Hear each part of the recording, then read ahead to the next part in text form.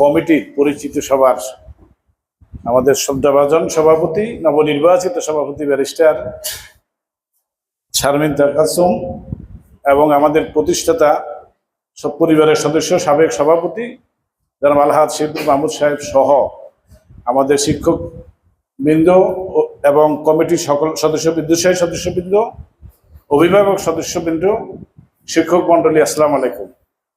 আসলে জনতা ডিগ্রি কলেজের একটা ইতিহাস আছে।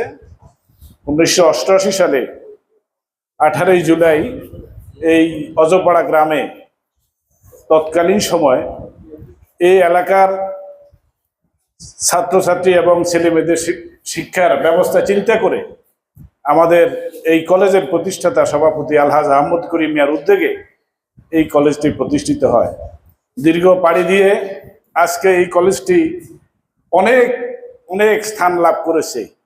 আজকে এই কলেজের আমরা আজকে মন ভরে গেছে। আমাদের প্রতিষ্ঠাতা পরিবারের সদস্যরা যারা আজকে এখানে এসেছেন, আমাদের মন অত্যন্ত আজকে অনেক বড়। আমরা দেখেছি এই কলেজ যখন সরকারি স্বীকৃতি ছিল না, তখন ওনারা এই কলেজকে ধরে রেখেছেন। এই কলেজের ঐতিহ্য যেন কোনোভাবেই ধূলিসাৎ হয়ে না যায়, এই কলেজের পাশেই ওনারাই দাঁড়িয়েছেন। আর যদি ওনারা না থাকতেন এই কলেজ টিকতো না। আজকে এই কলেজ, আমি আশা করব আজকে আমাদের শিক্ষক মন্ডলী এবং ছাত্রছাত্রীদের যে অবস্থা, আজকে লক্ষ্মীপুরের মধ্যে এই কলেজের একটা ঐতিহ্য বিরাজ করছে।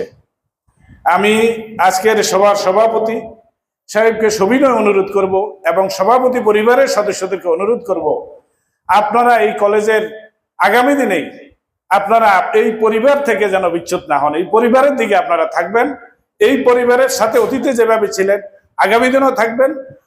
আগামী দিনেও এই কলেজকে আপনারা দেখবেন, দেখাশোনা করবেন।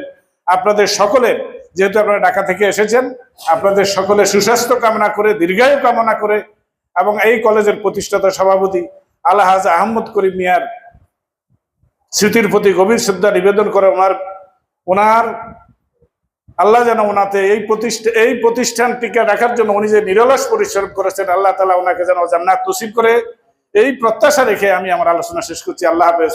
আসসালামু আলাইকুম।